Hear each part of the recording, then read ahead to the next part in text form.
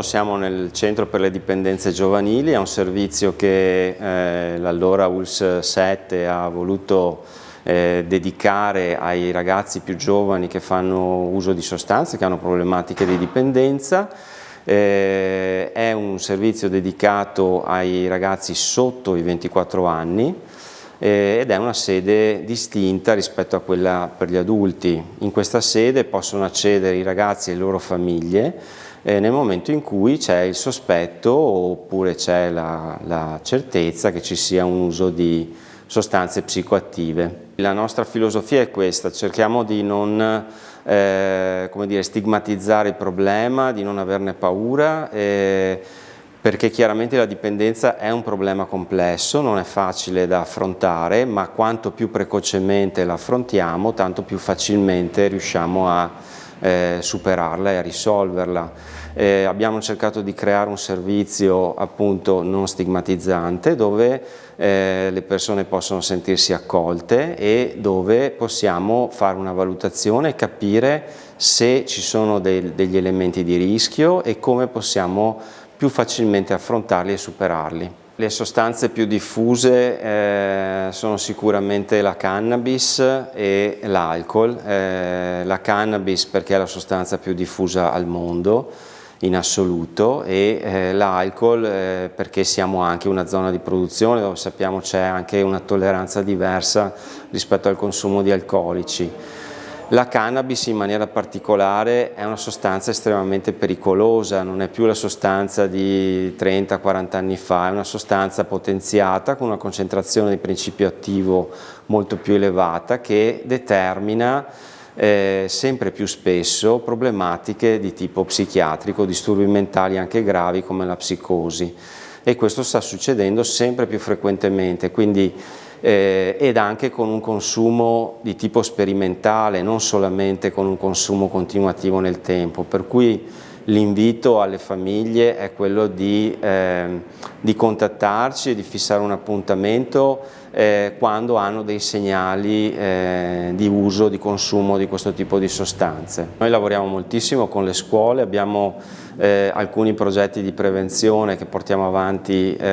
sistematicamente ogni anno. C'è un percorso di peer education, per esempio, legato all'alcol che portiamo avanti da tanti anni. C'è un progetto che si chiama Unplugged, che è rivolto invece alle scuole medie, alle secondarie di primo grado, che riguarda un po' tutte le sostanze psicoattive, dove noi formiamo alcuni insegnanti che poi a loro volta gestiscono delle unità didattiche all'interno delle proprie classi. Abbiamo dei progetti di drop-in, si dice, cioè che facilitano l'intercettazione precoce nel territorio, quindi ci sono degli operatori che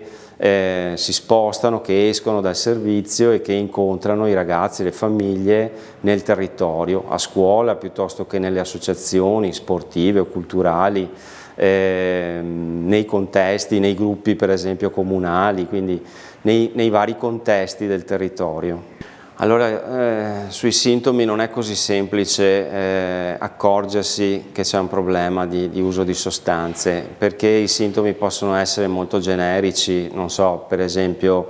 è molto conosciuto,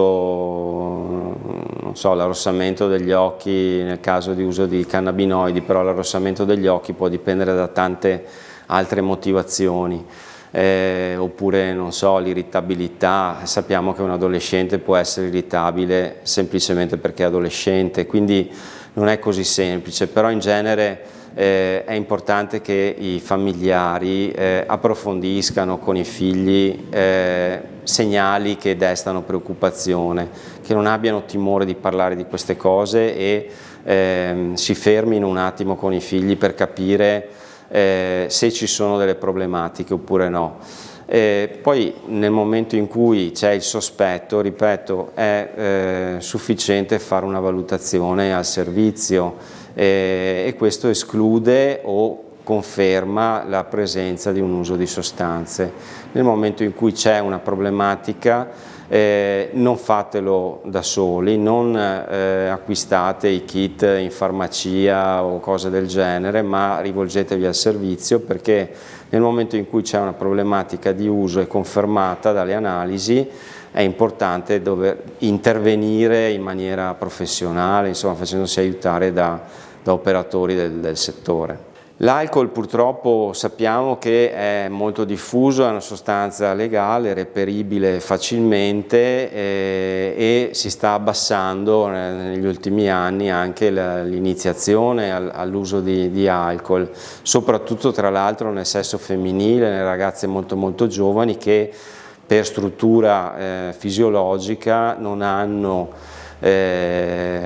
sufficiente enzima per metabolizzare gli alcolici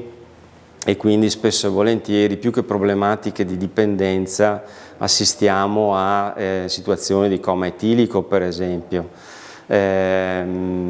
Sappiamo che l'alcol è vietato sotto i 18 anni, ma sappiamo che nei festini privati e purtroppo anche in qualche locale viene comunque somministrato, quindi dobbiamo scoraggiare l'utilizzo di alcolici, perché